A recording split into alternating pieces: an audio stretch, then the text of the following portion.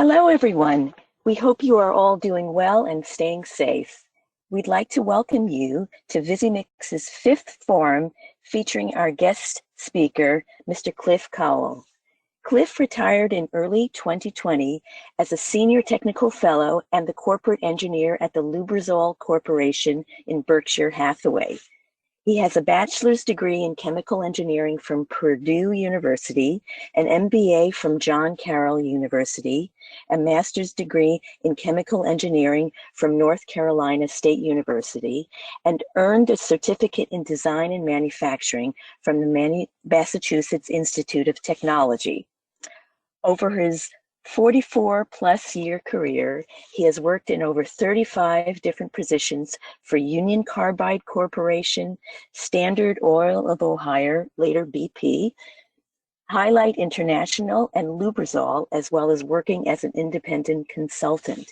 His passion is for applying fundamental chemical engineering to industrial problems, particularly with process intensification.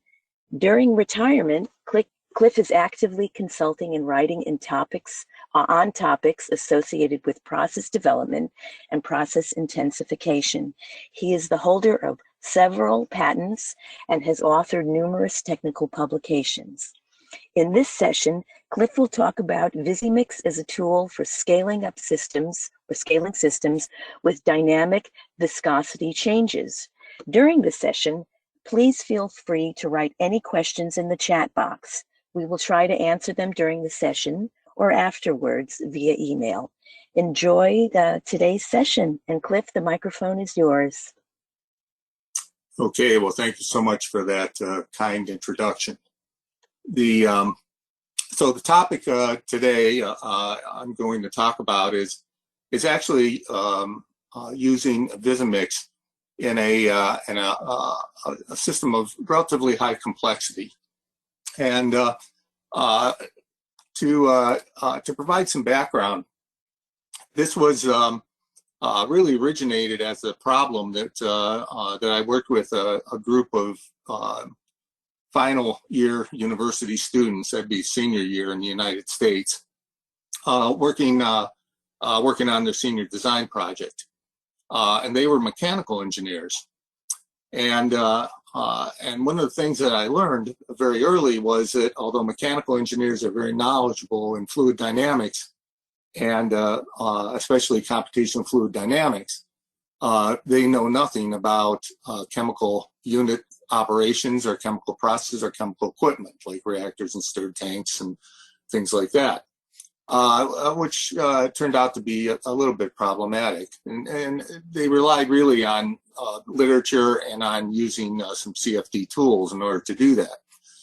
So what they ended up doing was focusing on this problem that I'll define here in a minute, in a way that's a little bit unique, a little bit different from the way that maybe a chemical engineer would normally do it.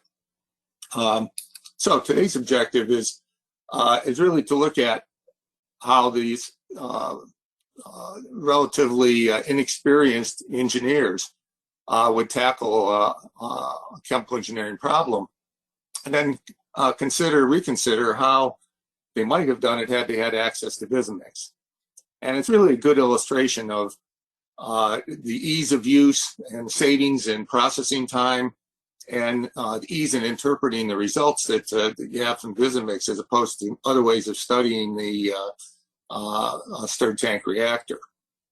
One of the things I want to emphasize is that the focus of what I'm going to talk about is not on the answer, but rather it's going to be on how we leverage these inexperienced users to provide an answer using what really is a more intuitive tool. So the outline for today is first I'll describe the student project. It was done at the University of Pittsburgh to model this mixing problem. I'll provide a short background of what the problem is, just to frame it.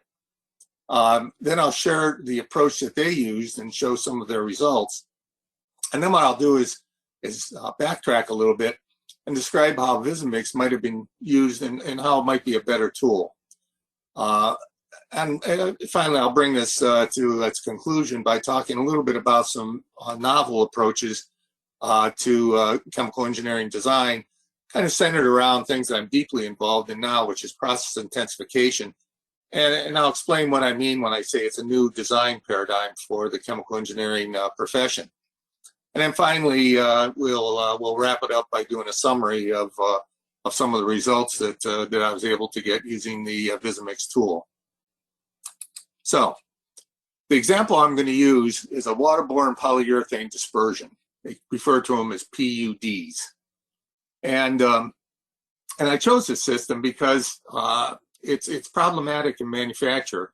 It's really one where the viscosity changes pretty dramatically. And by that, I mean several orders of magnitude during this relatively short reaction time measured in just a few hours. So the question, to tackle is, how do you design and scale up a stirred tank reactor when you have this very dynamic viscosity change? And how do you use modeling, and particularly how do you use modeling to really kind of accelerate this design question and accelerate the kind of identifying the key variables? And then really to the point is, how might a new employee who is lacking experience address this? And although I say a new employee, one of the things, some of us who have been maybe educated in chemical engineering before laptop computers were prevalent, I'll admit that when I started university, I actually had a slide rule instead of a calculator. They were introduced while I was at university. So, so some of us were brought up in a world where mixing was actually highlighted from a more of a correlative approach as opposed to a computational approach, a numerical approach. And so folks today don't necessarily have that intrinsic understanding of what's going on in a stirred tank reactor. Because maybe they view it as a numerical problem from the very beginning. So the goal for today is, for the problem, is to look at increasing the reactor size and therefore production. Right now, this is typically made in relatively small reactors. And so think about what's expected in terms of size, in terms of time, then in terms of performance. And then I'm just going to briefly touch on, what are the economic implications on scaling this. And I'll really want to illustrate the ease of using VisiMix to get to an answer as opposed to CFD, and you'll see what I mean as we go forward. I do want to point out that this is an illustrative example, and although it was inspired by an actual problem, all of the data that I'll show and everything that was computed is based on literature sources and really doesn't reflect actual chemistry or equipment, and you'll see that this is really pretty general. The good news is that on these polyurethanes, it's a relatively mature technology, very well documented in literature, and there are many market participants in it. So it doesn't reflect any one particular manufacturer. So what are urethanes? Well, polyurethanes are pretty much ubiquitous in today's world, largely because they have a lot of flexibility. Here's an example of kind of the major products, but they go everywhere from flexible foam, so think about seat cushions and mattresses, to rigid urethane foams, and in this case it's used frequently for components in automotive, particularly on the interior. Thermoplastic urethanes are used, think of the soles of athletic shoes. That's a very common application. Reaction injection molding. This was one of the first projects I worked on back in, I think, 1977. And it was just at the point when the automotive industry was looking at making external components out of polymer. And so think about bumpers and side moldings on automobiles today are made by reaction injection molding. They're used as binders frequently in more complex systems, particularly ceramic systems. And then waterborne polyurethane dispersions, which are largely used in coatings and adhesives. And I'll talk just a bit more about that in a minute. Okay, so from a chemical point of view, this is the basic urethane monomer structure. And again, you can see it that our group can take on a lot of different characters. One of the most common one is to use a diisocyanate, usually either a methylene diisocyanate or a toluene diisocyanate, and you react it with a polyol to form the polymer. And you can see that the diisocyanate portion of the molecule and the polyol. Now, one of the advantages of this is there is a large population of polyols and isocyanates that can be used for doing this chemistry, and that is one of the advantages to the chemistry in general. And then if you add additives and cross-leaking agents and things like that, you can get a pretty wide variety of products. This is just a yank these pictures from the internet, and it gives you an idea of how these are pretty much ubiquitous in today's society. Everything from textiles. My daughter refers to that as pleather, but it has the advantage of being waterproof and very wear resistant, to medical devices and adhesives. Many of us have used polyurethane caulking and adhesive compounds even around our homes. To automobile components is one of the common ones. If you're sitting in your vehicle, you'll find that a good portion of the components on the dashboard, etc., are made from various formulations of polyurethane. So this is a very flexible chemistry. This is another way to look at the breakdown of the different families. And again, I just want to emphasize that these foams and coatings are very common. If you have hardwood floors, for example, you'll find that frequently the coating to protect the wood is a urethane coating. And so, but today what I'm going to focus on really is this last one, these waterborne polyurethanes, because that was a system that offers this pretty sharp change in viscosity. The urethane market globally is forecast to be about $105 billion by 2025. I did notice that the research firm that I found this at provided this information in July of 2019, and that was pre-COVID, so I suspect that some of these forecasts will be pretty severely reduced if it were done today. But you can see the largest part of the market is for foam materials. But then these specialized materials take up sizable chunks. And although I don't have any information on that, I rather suspect that those smaller volume materials offer a much higher margin, because key to all of this chemistry and to all these materials is performance. And that's one of the beauties of this chemistry, is because it offers a lot of flexibility in being able to customize performance, whether it's energy absorption in the sole of an athletic shoe, or whether it's wear, or softness and a recovery on a seat cushion. These are all things that can be controlled by both the manufacturing process of the material, and then also by the post-treating, for example, blowing it with various gases at different pressures, etc. Okay, so how do you make these? Well, these dispersions are made in stirred tank reactors, which of course is why we're having this conversation. And really there's kind of four major steps. One is they start with the pre-polymer, and this is made typically by a solution polymerization. Most often it's done in aqueous systems, but it can be done in other solvents. That pre-polymer then is dispersed in water to make various levels of particle dispersions.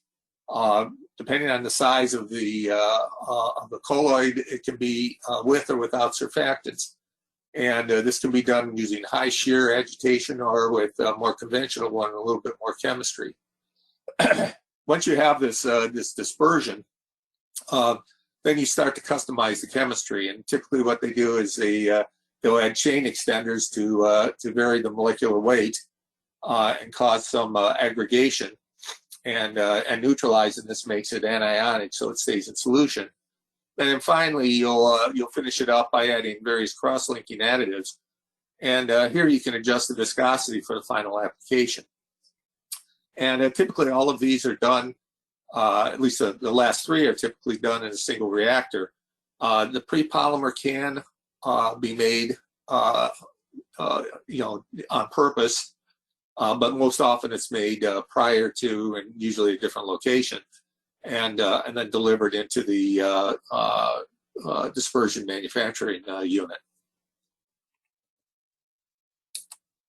So I wasn't really able to show actual data on the viscosity change, but what I did want to show is this came from a journal article. It really shows the use of a cross-linker, and the cross-linker they're using here is trimethyl propane. You can see that even with small concentrations, you suddenly start getting this cross-linking, which increases the viscosity pretty sharply. And that viscosity can, as you continue to add, increase the concentration of cross-linker, can go up many orders of magnitude, well into the millions, certainly the high 100,000s. And so this really is an indication of how you can take a dispersion, and as you're customizing it, you know, control of these materials is pretty important, because you can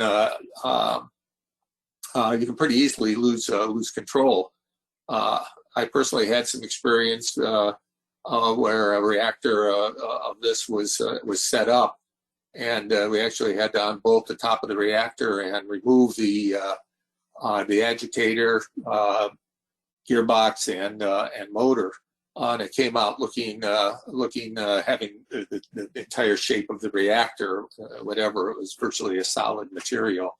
It was still a gel, but it was a very cohesive gel. So this is the situation we're trying to address. So how, when you're designing a system, do you account for this, you know, these pretty substantial changes?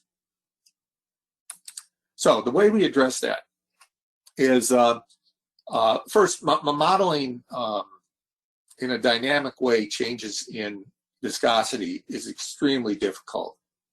And so the way I approached it is by looking at kind of these discrete variations of the system. And in order to do that, what we had is we defined the standard geometry, and this is just an illustration. I'm going to elaborate on this now for a couple of slides. The two issues that really the groups were trying to address were, first, the change in viscosity during the reaction, and then second is how do you scale this to a larger reactor? Right now, this is made in a relatively small reactor, which requires a lot of repeat batches, and it's pretty expensive, and you really don't get very much output. Modeling continuous change in viscosity is well beyond even a very knowledgeable and talented modeling person's skill level. I've had some conversations with individuals at the university who are doing research in this area, and this is something that they shudder at a little bit, particularly if you're trying to do it theoretically. If you have some actual experimental data, it becomes slightly more manageable. So the alternative we took for the students was to examine the subset of discrete sizes and viscosities. And if we think about a matrix, what we looked at is we looked at 4 standard size reactors and tried to keep the geometry constant. One of the huge assumptions we made, and this was really required because of the skill level of the engineers, was that we assumed a Newtonian fluid. Now, urethanes are highly non-Newtonian, and we knew that going into this. But depending on the success that they had, we could deal with the non-Newtonian behavior in the future. And to be honest, we would have needed some pretty decent quality experimental data in order to really capture the non-Newtonian behavior. So what we did is we considered 4 sizes, and without being too specific on the, we had a small reactor, think about a laboratory reactor. We had a large reactor, think about a pilot plant, small pilot plant type reactor. Then I refer to it as a semi-works size, which would maybe be something you'd see in a large pilot plant or a large scale pilot plant. And then finally full scale, which would view as commercial scale. And then what we did is we looked at discrete viscosities, and really to facilitate this, we just increased by order of magnitude. So we looked at 1 centipoise, 10, 100, 1,000, 10,000, 100,000. You'll see some of the charts I actually went up to 1 million really to extend the some of the figures, but at that point it became something that you probably would consider doing maybe in an extruder as opposed to a stirred tank reactor. But what we did is we defined standard cases based on these typical assumptions for stirred tank reactor dimensions. So if anyone's done mixing work, and I assume most of you have, otherwise you wouldn't be listening to this. This is a standard reactor. And what we did is we made some standard assumptions. Now these are the standard assumptions that I make whenever I tackle a mixing reactor. And so the first thing you do is you define the critical dimensions. And of course, tank diameter and the amount of liquid are really important. The impeller, type of impeller, the dimensions of the impeller, where it's located in the vessel is important. All of these analysis, I assume just a pitch blade paddle. And again, that was defined really by the skill level of the students, but also by the time available. To be honest, a pitch blade paddle reactor is not necessarily the first choice you'd make for this application. But it does offer a lot of good axial pumping. For convenience, I assumed 1 to 2 ellipsoidal head, which is important when you're calculating volume.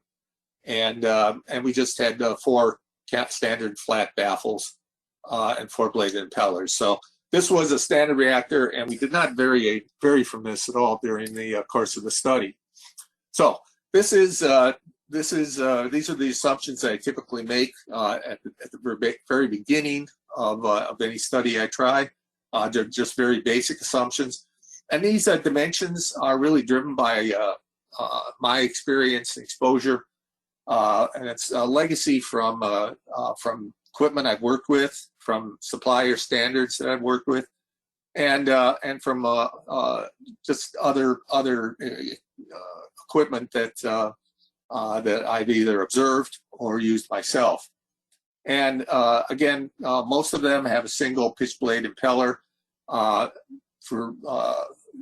should comment liquid cases. Certainly, if you were going to look at solid suspension or gas dispersion, you would start with a different impeller. If you went to the literature, these are standard assumptions for a kind of a typical, if there is such a thing, vessel. And what this allowed me to do is to do some very quick calculations, basically using the spreadsheet to define the cases. So once I did that, these were the dimensions of these 4 case reactors. So Basically, it was a 20 liter, about 160 liter large reactor. And then semi-works was, I tend to think more in gallons here in the US, was about a 500 gallon reactor, and then the full scale was about a 2,000 gallon reactor. As a convenience for those who are watching this outside the US, and also as a computational convenience, I'll use SI units from this point forward. It's a pretty simple matter to convert between units, but largely because when you use a lot of the modeling programs, they tend to work in SI units. So for those of you who are in the US, forgive me. Okay, so here's the example. These small pilot units generally work pretty well, and there's a body of evidence that shows that that if you're using these scales, there's enough variation in the equipment, enough power in the drives and so forth to be able to make these dispersions. But when you do the scale up, there are problems. It's very problematic, and part of this is based on experience I've had. Part of it is experience that I've talked with others. But scaling these units into something approaching a commercial or industrial scale turns out to be very difficult. These are the dimensions in SI units. These are all in millimeters. What I wanted to is I wanted to make sure I put emphasis on the assumptions that I made as the basis, because this is important, and it tends to drive all the other calculations. Geometric. I had a conversation with a colleague of mine who has been teaching mixing for about 40 years. And has published extensively, and his comment to me during over lunch one day was that the very worst way to do scale up of a mixing system is by geometry. But then again, here I am, I'm guilty of keeping the geometry constant, just scaling it for volume. But that was done again as a computational necessity. Just to give you an idea of how these sizes compare, what I did is I just took a standard. This happens to be something I took from the VisiMix program, one of the solutions, and just showed that what these rough sizes look at. So the small one obviously would be something maybe it was done on a bench scale. The large reactor would be a 50-gallon reactor, which is pretty common in a pilot plant. And then the two larger ones could, depending on the overall market volume, could be considered industrial. Okay, so having given this was the first result of the students' modeling. Now they used ANSYS Fluent software, if we're familiar with that. I've used Fluent now for many years. I will claim no expertise in that other than being able to do very basic programs, and then more recently I've done work with a program called Star CCM Plus that was formerly developed by CD Adapco, and then Siemens bought CD Adapco and have incorporated it into their overall computational package. So those are two modeling programs. There's also one called OpenFoam that's an open source program that I've had a little bit of experience with. But anyhow, this was done at the university using ANSYS's Fluent. I should mention, and I'll come back to this in a couple of slides, this was done using a high-performance computer cluster. I believe at last counting there are about 9,000 cores in the cluster, but I think it's been increased now. But still, as you can imagine, this as a computational expense, it's pretty substantial. These focused, although we looked at various viscosities, we focused on 10,000 centipoise because it really is representative of where we started to see some real operational problems. Keep in mind, again, I want to keep in deference to the people doing the work. These are mechanical engineers. They are skilled in using computational fluid dynamics and discrete element modeling. But again, they were pretty, I don't think they ever looked at a stirred tank reactor until they began doing this work.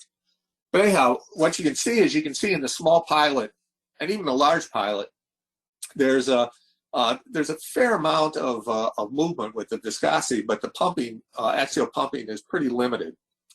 And that becomes really obvious when you look at the larger scale system. And so what you're doing is you're not seeing a lot of contacting outside of that very intense region around the impeller. Why? Well, that's obviously because of the high viscosity. So the students looked at this, and what they noticed is immediately they said, well, visually you can see that there's a substantial difference just looking at the streamlines. And so they identified this as the problem.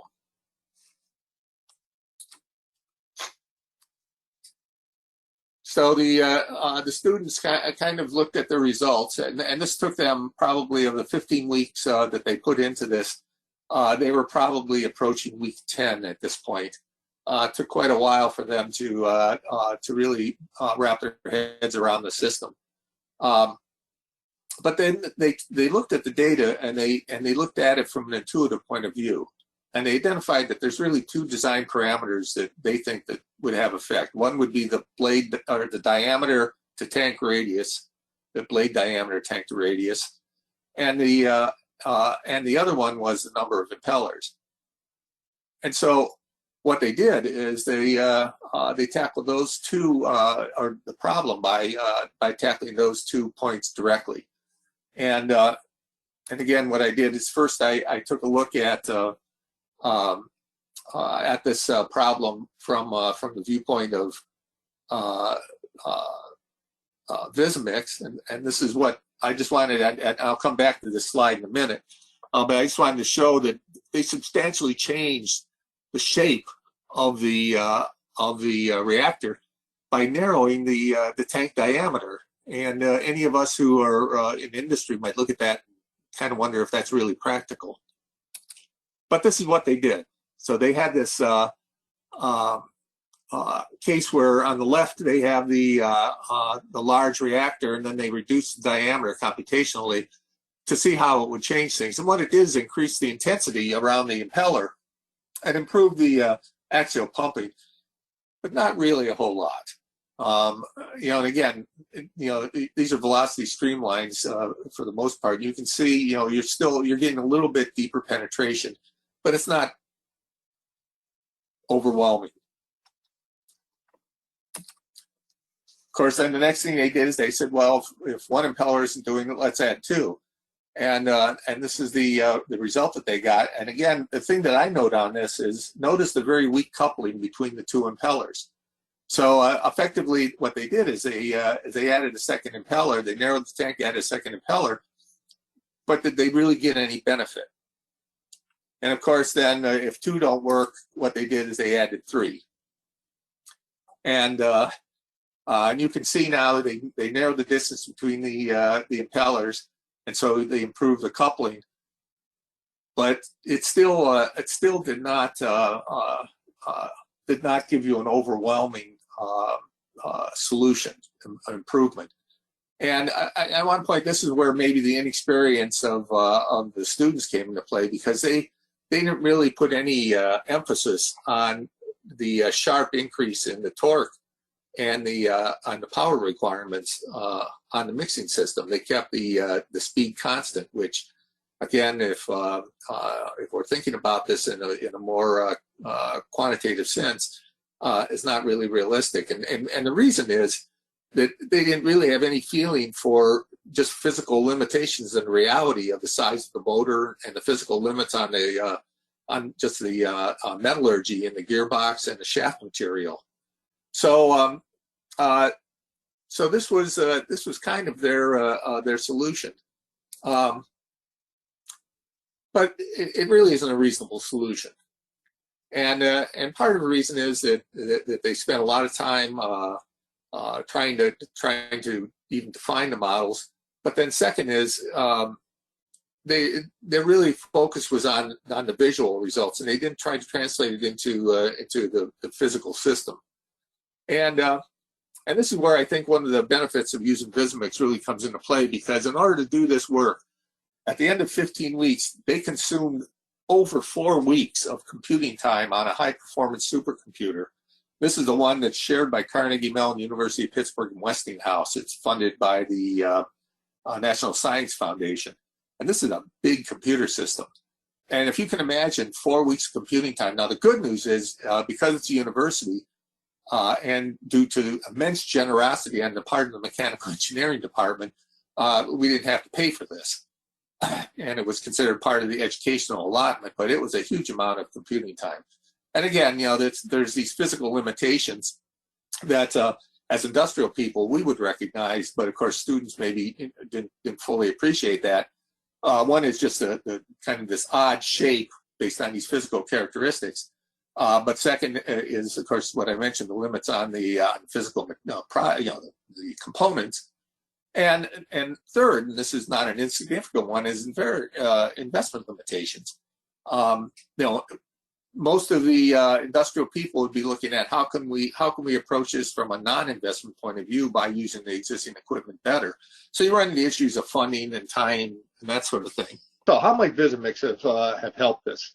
Well, more than anything, with students who are not familiar with the designs and with stir tank reactors in this particular case, the learning curve on VisiMix is much, much shorter. It's easy to use. You measure it probably in minutes or hours rather than days and weeks. And it's something that someone even that's with a very minimum of knowledge and maybe an ability to read some of the documentation can come up to speed very quickly. The students who were doing the work, they were trained in basic CFD.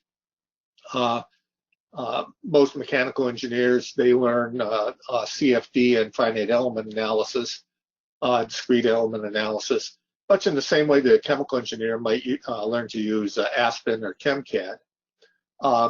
But the students, because of their background, knew absolutely nothing about stirred vessels, not even designed. And I spend a fair amount of time just pointing them at some resources and giving them kind of a mini lecture on the major components, similar to what I used at the beginning of this presentation.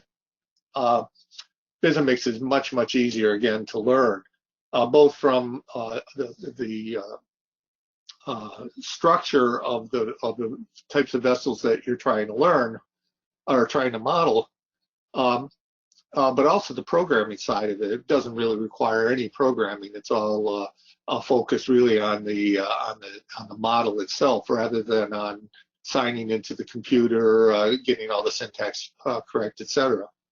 So the bottom line is that VisiMix would allow screening of options much, much faster. And what that means is that in a very short period of time, this group of students could go through a whole series of different configurations. And what it does is it allows them to focus on the engineering and the design and not on the programming. And I just can't emphasize the importance of that to a real industrial project. So what I did is I tried to use VisiMix to develop just some very quick information. And the information I'm about to show was really developed in just a few hours, probably less than that even. And what I did is I tried to show some of the key variables and their variation with at least predicted variation with respect to viscosity. And the two variables I normally focus on are the unit power, which of course drives all the gearbox and the motor, etc., and the torque, which really drives, again, relates into power and the design of things like the impeller and the baffles. And what this shows is it shows very quickly the inflection points where the vessel really no longer is reasonable if you have an existing one, and that's what I used here. I went back to that standard design. So in a very quick period of time, you can see that for our 10,000 centipoise target, scaling is really going to be a problem, and all of these tend to converge at a point where that problem becomes pretty obvious. So what it does allow you to do is allows you to look at things a little bit differently. And so in this case, I looked at power versus the vessel size. And again, this is over those four data points. And the interesting thing on this is it shows the increasing sensitivity of the equipment relative to the viscosity. And what that means is that really they need to change in a more dramatic way the dimensions of the equipment, so that, and then we're still using a pitch blade impeller, but they could very easily have started to look at not only the different dimensions of the tank and the impeller itself, as well as multiple impellers, but you can very quickly also look at, oh, let's change the impeller. That's something that they really weren't able to do very easily, again, mostly because of the time constraints and running CFD. So again, this just illustrates that it's fast and easy to make changes in both not only the physical properties, which is very fast, but also the physical dimensions. And then what you can do is catalog this information on spreadsheets or even with some of the internal cataloging capability within VisiMix. So this is an example of some of the results that I was able to do relative to where students were coming from, and you can see first on the far left is the standard reactor configuration, and then I showed the two variations that the students looked at. One was to change the diameter of the tank, and then the second one was to add multiple impellers.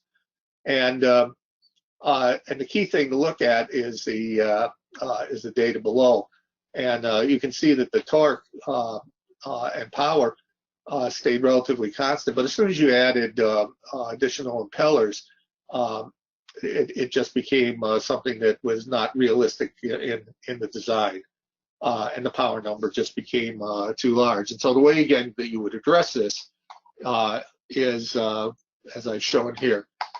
And what you would do is you would look at, because of the high viscosity, you would look at alternative impellers.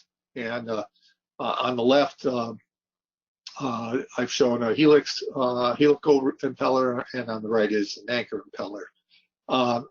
And again, CFD does have capability to study these things, but again, there's just a physical limitation of how many cases can you run with this heavy computational burden. Whereas VisiMix allows you to do this in a matter of minutes, very quickly once you have the dimensions. Changing the impeller is a matter of a few minutes. But what you can see is that both the power and the torque become much more reasonable. And in this case, I was looking at mixing time. And one of the computational outputs of VisiMix is to look at the mixing time to reach a 10% non-uniformity, and it reduced it from 1.5 hours down to a half hour. So again, this is a way to get to solutions very, very quickly.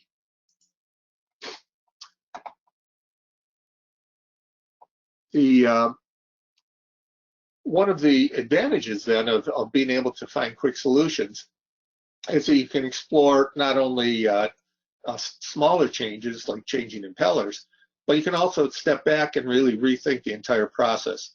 And this is something I've spent a lot of time in the last few years studying. There's a concept now called process intensification, and the idea with process intensification is to basically rethink the process. And the way I like to phrase that is, if I were going to do it from scratch today, what would it look like? And so let me pause a minute and just talk about what process intensification is. Now, there's a number of different definitions. Anyone that's interested, I would suggests that one of the first places to look would be some articles in Chemical Engineering Progress by Stankiewicz and Mulan that talked about this was back in 2000. It referred to process intensification as any chemical engineering development that leads to a substantially smaller, cleaner, safer, and more energy efficient technology.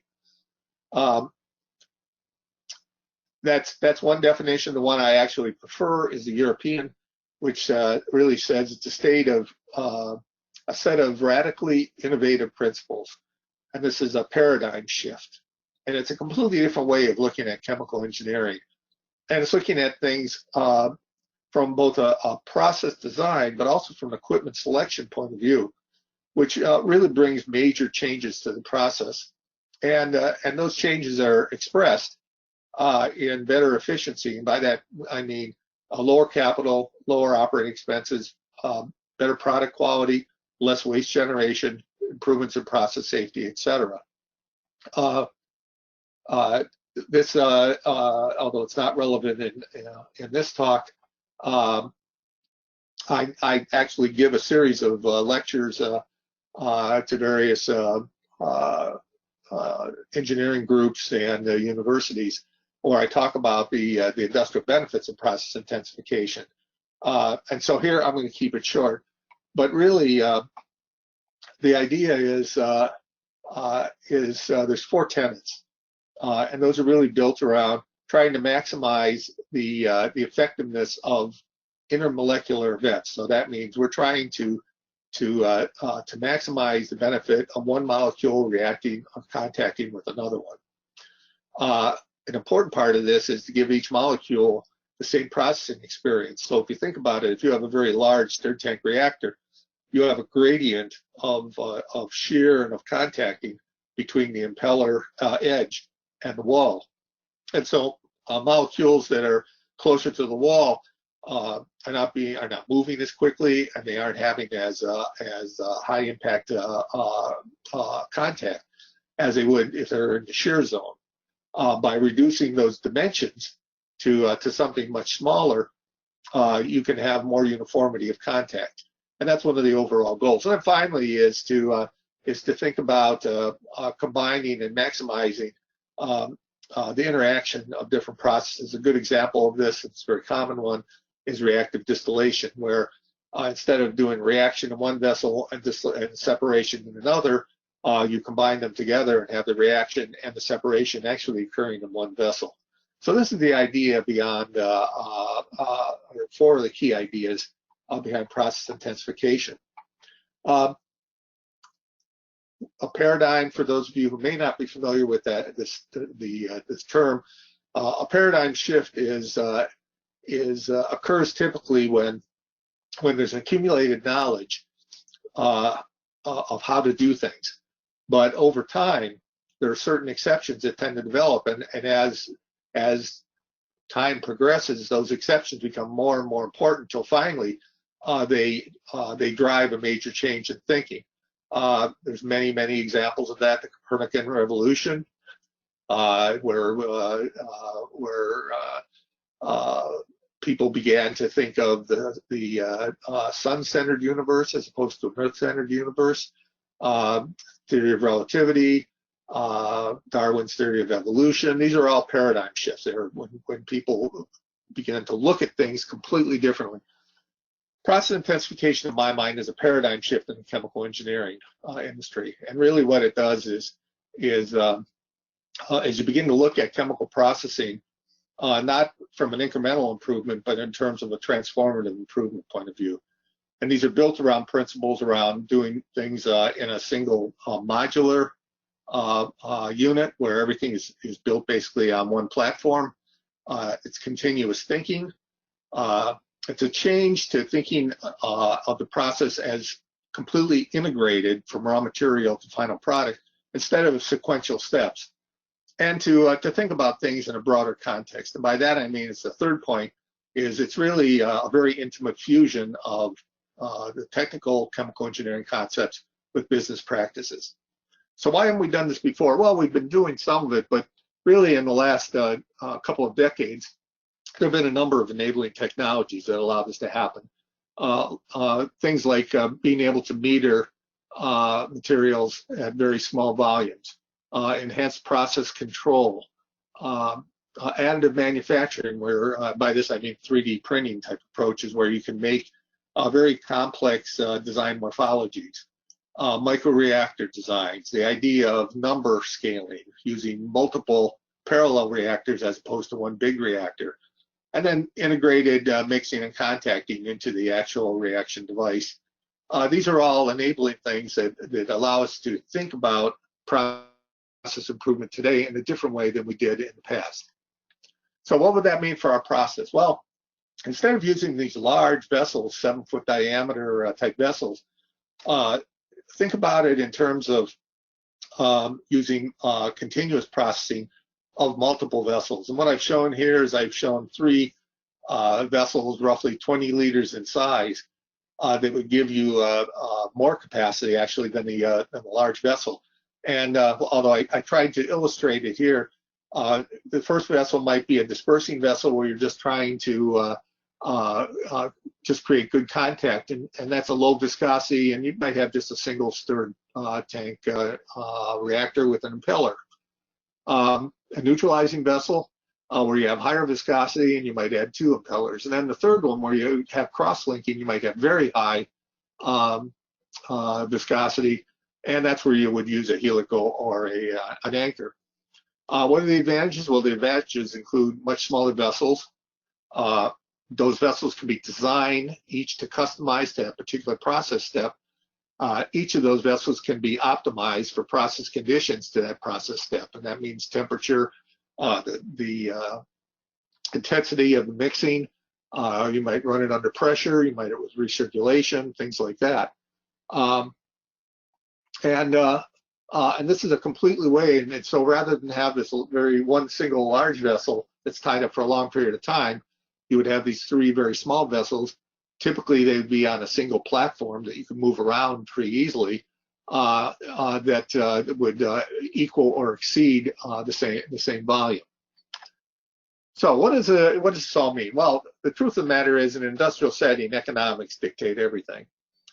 The major considerations for system design, of course, are vessel size, the impeller design, the size of the motor, shaft design, and gearbox. These are things we talked about earlier.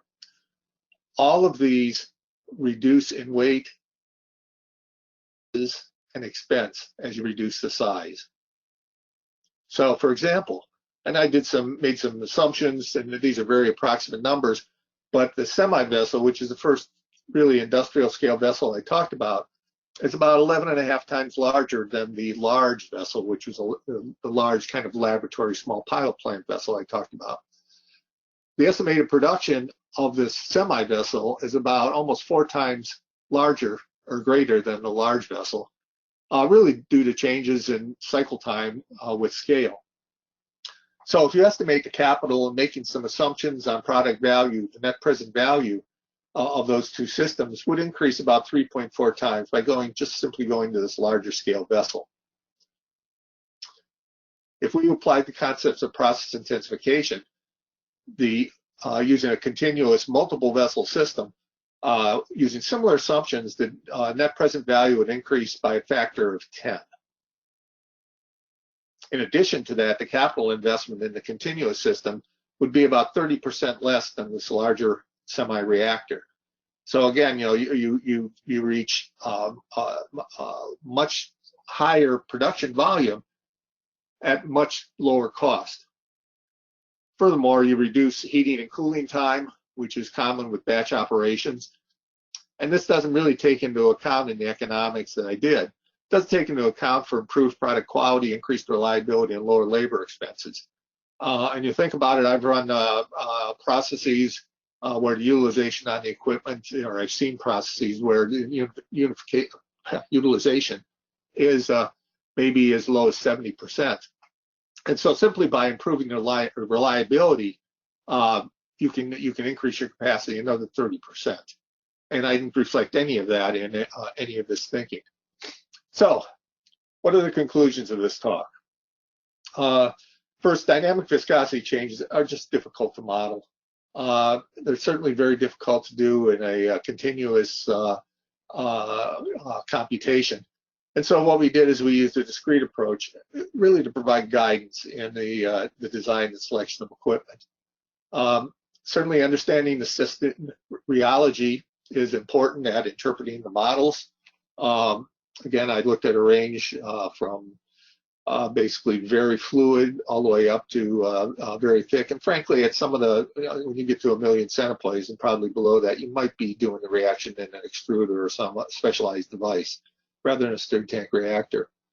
From a design point of view, at least I would design for the worst case, since the low vis is really easier to handle.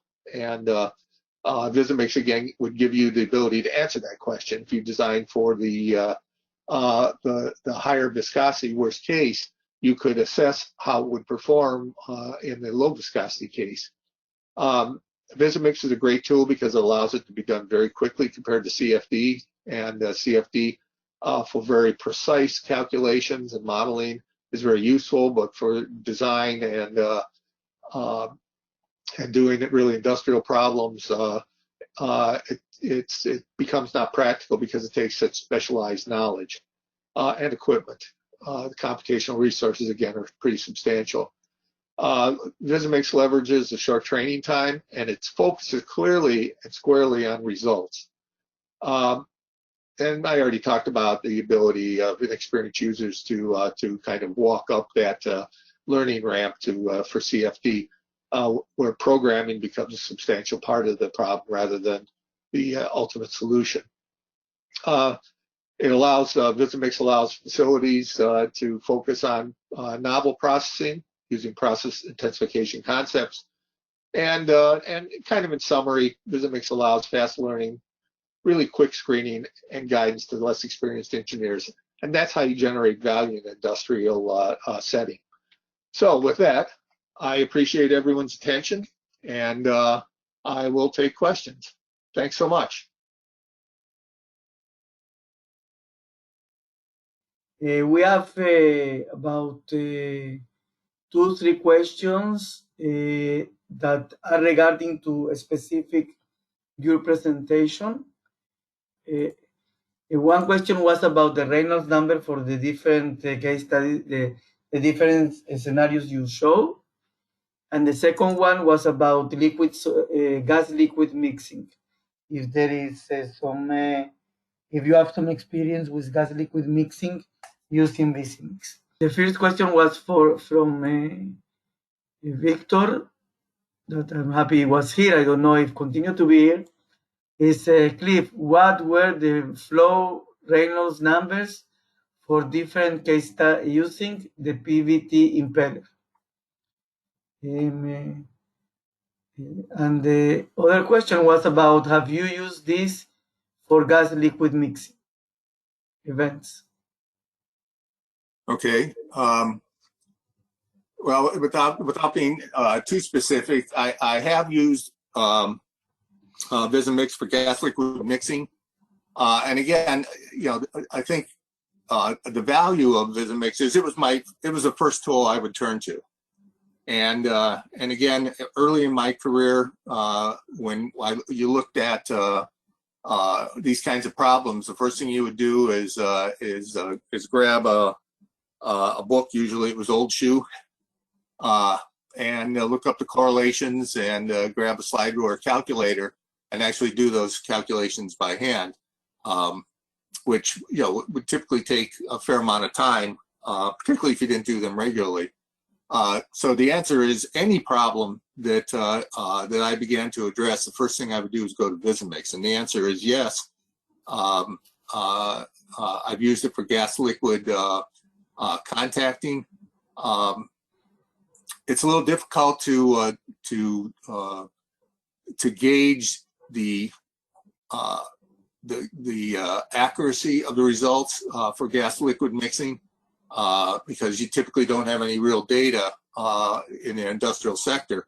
But what it did do is it provided very quickly some directional solutions. So, for example, I had a specific problem where we had it was a new system we were starting up. They're very large reactors, and we just were not getting the contacting. These were 50,000 gallon reactors, and we were having operational problems, and it turned out that the design of the mix of the system, which was done by one of the major suppliers, was not the correct design, because the information given to them on the system was not accurate.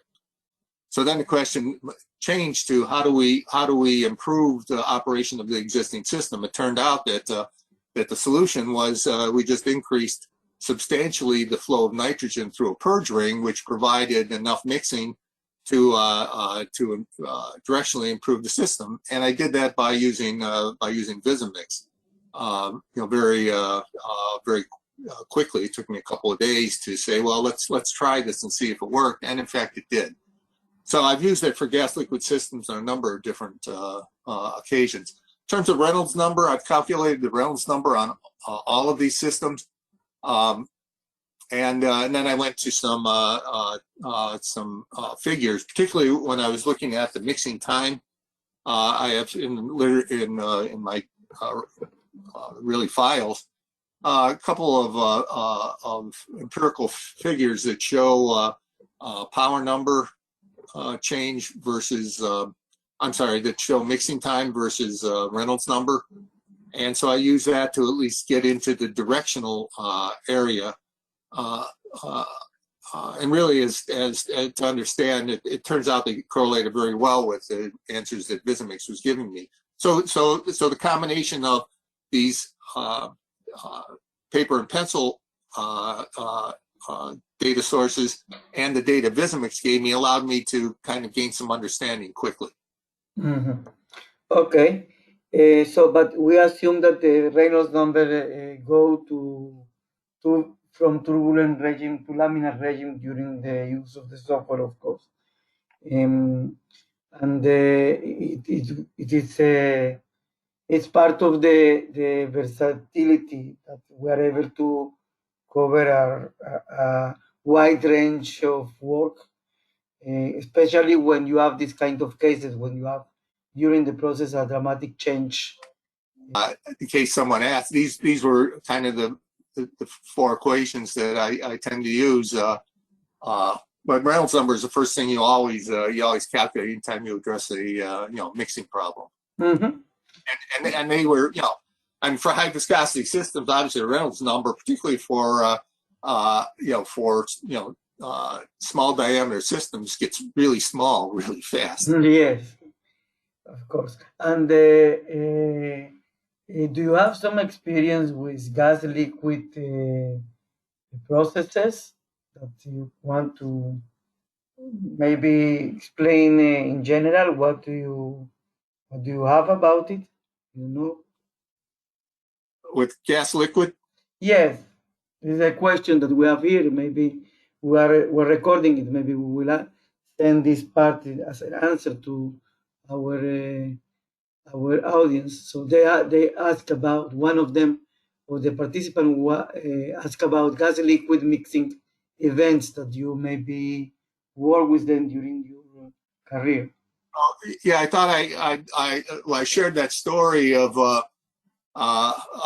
these large reactors that had poorly designed internals, because the design information was not accurate, and I used VisiMix to understand the dispersion, the mixing, the improvement in mixing created by the addition of very aggressive amounts of nitrogen.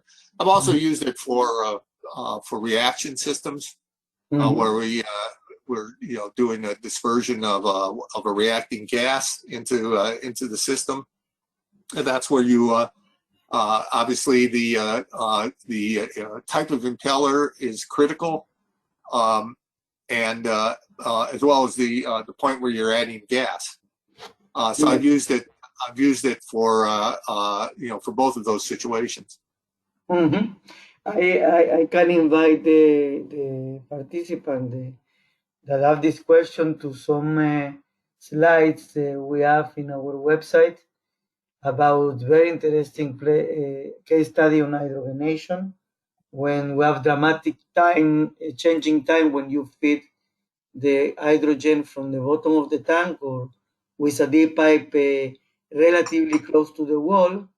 It's changing by days, the reaction time, because when they feed the gas to the wall, close to the wall, it was like short circuit. They enter and exit with no spread into the tank.